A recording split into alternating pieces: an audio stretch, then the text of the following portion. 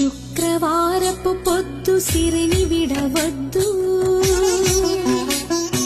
దివ్వెను దగవద్దు, బువ్వనెట్టొద్దు, తోబుట్టువుల మనసు కష్టపెట్టొద్దు. తొలి సంధ్య మలి సంధ్య నిదురపోవద్దు, మా తల్లి వరలక్ష్మి నిను వీడదప్పుడు, మా తల్లి వరలక్ష్మి నిను వీడదప్పుడు.